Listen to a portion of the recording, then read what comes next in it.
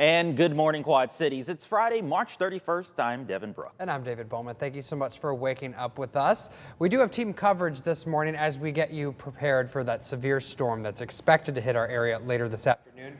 We have Charles Hart live in Davenport showing how emergency crews are preparing in case of any severe damage that may happen with the system. Yeah, but let's first head to Andrew with the first check of the forecast and see the timing of these storms. Andrew? Hey, good morning, guys. Yeah, this is going to be a very busy day for all of us here across the Quad Cities. We've been talking about this since Monday, well in advance. So hopefully you are at home ready to go for today. You've got your plan figured out where you're going to shelter, how you're going to receive those warnings, and how and when you're going to take action.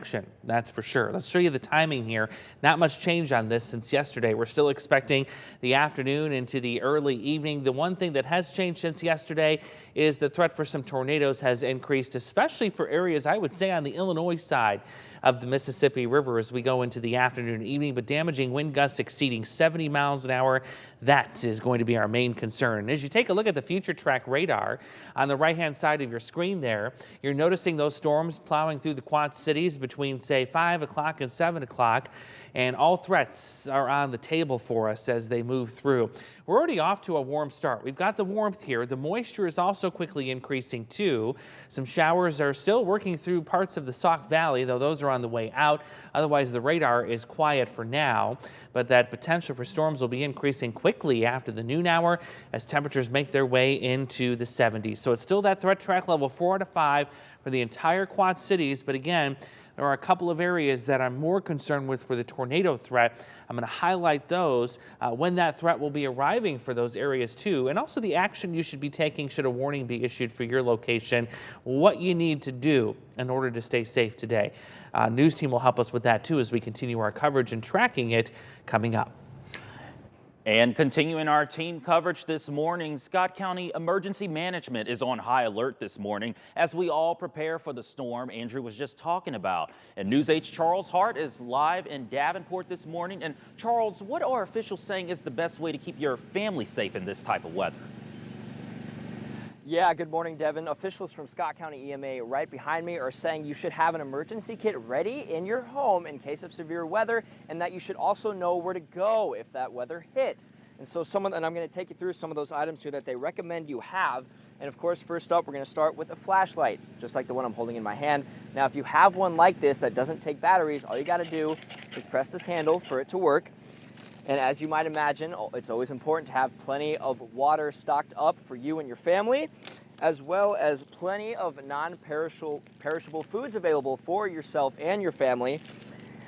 And of course, if the power goes out, you should have a NOAA radio so that you can hear those weather alerts so that you are ready to go. And of course, make sure that you keep your phone as charged as you can and have a portable charger always just in hand's reach so that you can go ahead and charge your phone just in case your battery happens to be low. And officials say the most important thing is that if you hear those weather sirens blaring, take cover immediately.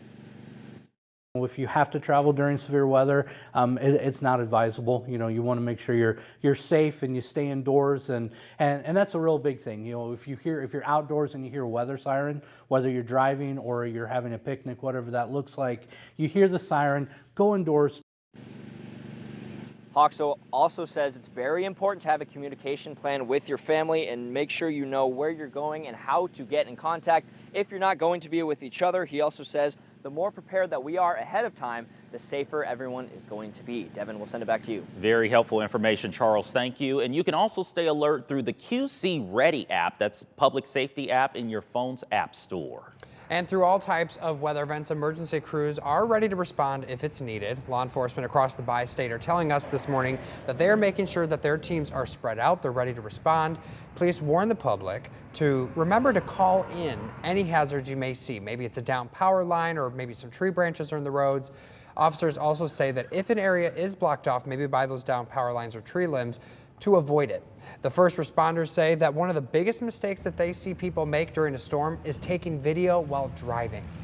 We see a lot of remarkable videos of a natural disaster as it's happening because so many people think that they have to be outside filming the natural disaster as it's taking place. Please heed those warnings when they come in. And crews say that if you see damage, report it. And if you do have to go out during the severe storm, here are some tips to help you navigate hazardous roads. Be wary of high wind conditions and drive slower. Turn off your cruise control. Use your headlights and hazard lights. Brake slowly. And remember, if there's any roadways that are flooded, be sure that you turn around. Don't drown. And later today, we will likely see some warnings and watches popping up in our area. Yeah, so let's take a look at what each means and how you should prepare for both of them. Just take a look at this. For a watch, this means that there is a severe storm potential around our area. And this is when you should be checking to see where you are relative to the storm. For a warning, this is when you take action. It means there is severe weather on its way. And when those warnings are issued, here are 3 things you should do to make sure you stay as safe as you can.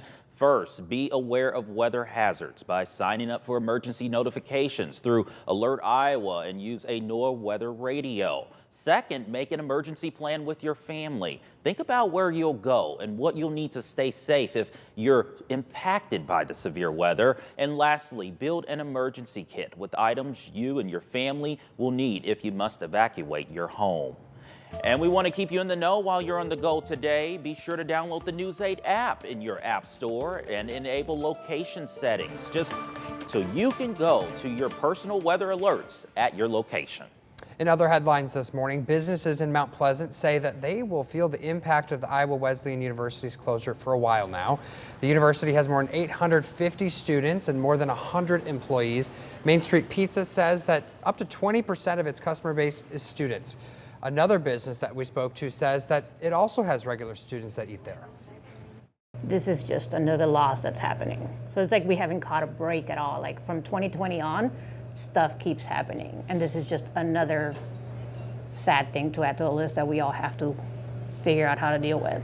The university opened in Mount Pleasant 181 years ago. It is 6:08 and still had battling fate. The other big deal today, why the Hawkeyes are embracing their underdog status with the Final Four just hours away. And you got to have a plan of action ready to go for storms today. Not only will they be fast moving, but we do have the potential for a couple of strong, long-tracked tornadoes. Where that potential is highest and what time it's expected to arrive. We'll track it next. You're watching Good Morning Quad Cities on WQAD News 8.